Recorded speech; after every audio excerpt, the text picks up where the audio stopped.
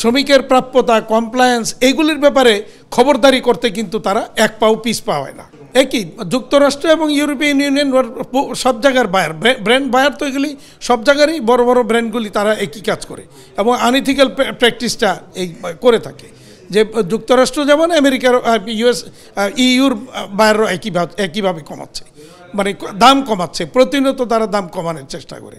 আবার সুতার দাম যদি বেড়ে যায় তখন কিন্তু তারা ঠিকই ওই সুতার দামটাকে সমন্বয় করে প্রাইসটা বাড়াই দিচ্ছে।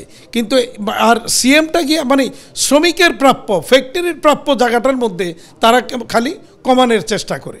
ব্যাংকের যে ঋণের সুদহার যে বাড়িয়েছে, এটাও কিন্তু আজকে ইন্ডাস্ট্রি, এই যে দুইটা জিনিস আমি মনে করি যে আগামী 1 বছরের মধ্যে বহু ফ্যাক্টরি বন্ধ হয়ে যাবে। কারণ প্রথম হচ্ছে এই ইন্টারেস্ট রেট বৃদ্ধি, দ্বিতীয়ত হচ্ছে বাংলাদেশ ব্যাংকের ঋণের কিস্তি পরিশোধের যে সার্কুলারটা দিয়েছে, এটা মরার উপর খাড়ার ঘা, এছাড়া আর কিছুই না।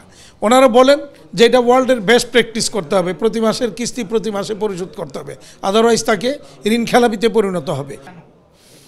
এটা আমি মনে করি বায়ারদের একটা আনইথিক্যাল বাইং প্র্যাকটিস। এমনি মুখে বহু ইথিক্সের কথা বলে এবং কমপ্লায়েন্সের কথা বলেন, কিন্তু নিজেদের কেনার ক্ষেত্রে গিয়ে তাদের এই ইথিক্স আর কমপ্লায়েন্স তখন আর মনে থাকে না। তারা কি করে প্রতি বছর মানে তারা দাম, যেমন আমি একটা বড় ব্র্যান্ডের কাজ করি, সেই ব্র্যান্ডের আমি হংকং বেসড একটা এজেন্টের মাধ্যমে কাজটা করি। তো তারা গত সিজনে 2-3 মাস আগে যে অর্ডারটা আমার শেষ হয়েছে, সেখানে আমি $1.54 এই কাজটা আমি করেছি। এই বছরে এসে তারা বলছে এটা $1.48। কী কারণ? কোনো কারণ নাই। তারা অকশনে তারা যে বিট করে নিয়ে আসছে, সেখানে বায়ার নাকি প্রাইস কমিয়ে দিয়েছে, ফলে তারা অকশনে বিট করে আনাতে এখন আমাকে সেটা কমিয়ে দেওয়ার চেষ্টা করছে। অথচ সুতার দাম বেড়েছে, শ্রমিকের মজুরি বেড়েছে, আনুষঙ্গিক অন্যান্য সব কস্ট কিন্তু আমার এই বছর আরও বেড়েছে। অন্তত আমি হিসাব করে দেখলাম যে আমাকে এটা অন্তত এই বছর 6 সেন্ট আমাকে বেশি নেওয়া উচিত। ফাইনালি আমি বললাম যে ঠিক আছে, অন্তত 4 সেন্ট বেশি দিতে হবে, কিন্তু তারা সেটাও দিতে রাজি না। বার্গেনিং করতে করতে শেষ পর্যন্ত $1 মানে 54 জায়গায় 52 আসছে, তারপরও 2 সেন্ট কম, বর্ধিত তো দিবেই না, আমিও নিতে পারছি না, এই পরিস্থিতির মধ্যে রয়েছে।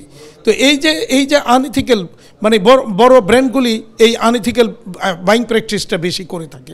তারা কি করে, একটা অকশন বিটের মতো মানে ইয়ে করে, এই সিজনে আমার এই আইটেমের এই এত লাখ পিস আছে, টার্গেট প্রাইস এই, সেখানে তারা টার্গেট প্রাইসটা ফিক্স করে প্রত্যেকের কাছ থেকে একটা কস্টিং শিট নেয়, নিয়ে ওখানে কে কত সবচেয়ে কম কোন আইটেমে ধরেছে সেটাকে কম্পাইল করে ওই কমটাকে কম্পাইল করে ওখান থেকেও একটা মানে 5% বা কোনো একটা % কম দিয়া একটা টার্গেট প্রাইস ফিক্স করে দেয়, হুইচ ইজ কমপ্লিটলি আনইথিক্যাল।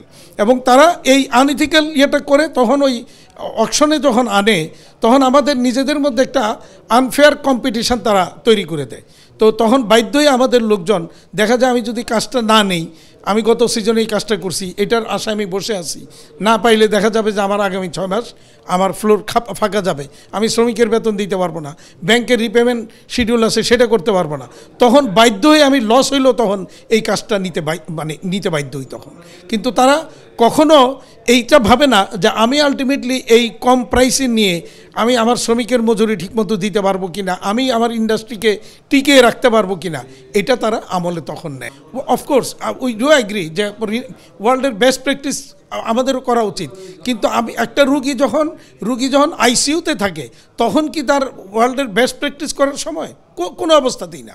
তো বাংলাদেশের ইন্ডাস্ট্রি বর্তমানে আইসিইউতে আছে, তো সেখানে ওয়ার্ল্ডের বেস্ট প্র্যাকটিস করার এটা কোনোভাবেই সময় না বলে আমরা মনে করছি। তো বাংলাদেশ ব্যাংকের এই সিদ্ধান্তকে যদি ফিরে না আসে, তাহলে বহু ফ্যাক্টরি আগামী 1 বছরে বন্ধ হবে। বন্ধটা কিভাবে হবে? আমি প্রায় বলে থাকি যে একটা মানুষকে যখন ক্যান্সারের রুগী হয়, তখন কিন্তু সাথে সাথে সে মরে যায় না, আস্তে আস্তে দুকে মরে। তো ইন্ডাস্ট্রিও আমার এই অবস্থা, এখন দুকে আস্তে আস্তে মরবে। কেউ হয়তো ব্যাংকের কাছ থেকে যদি প্রপার ট্রিটমেন্ট পায়, তাহলে হয়তো সে হয়তো একটু বেশি দিন বেঁচে থাকবে বা ফিরে আসবে ভালো ট্রিটমেন্ট পেলে, আর না হয়তো সে এখন আইসিইউতে আছে, ওখান থেকে লাইফ সাপোর্টে যাবে, এরপরে ওখান থেকে বিদায় নিবে। পরিস্থিতি হচ্ছে এরকম। পোশাকের দাম যদি না বাড়ায়, তাহলে আমাদের ইন্ডাস্ট্রি যেমন বন্ধ হবে, একই সাথে আবার শ্রমিকরাও বঞ্চিত হবে, যাদের নিয়ে তারা খুব বড় বড় কথা বলেন, শ্রমিকরাও সেখানে বঞ্চিত হবে। কারণ আমি যদি ফেয়ার প্রাইস না পাই, ইথিক্যাল প্রাইস না পাই, তাহলে আমি কি শ্রমিককে কোত্থেকে দিব? তো সুতরাং তারা একদিকে শ্রমিকের জন্য মায়া কান্না করছেন, কথা বলছেন, অপরদিকে আবার প্রাইস কমিয়ে দিয়ে শ্রমিকদেরকে আলটিমেটলি তারা বঞ্চিত করছেন। এটা তাদের একটা ডাবল স্ট্যান্ডার্ড। এবং আমি মাঝে মাঝে এটা বলতে বাধ্য হই যে all brands and buyers are blood sucker of Bangladesh apparel industry.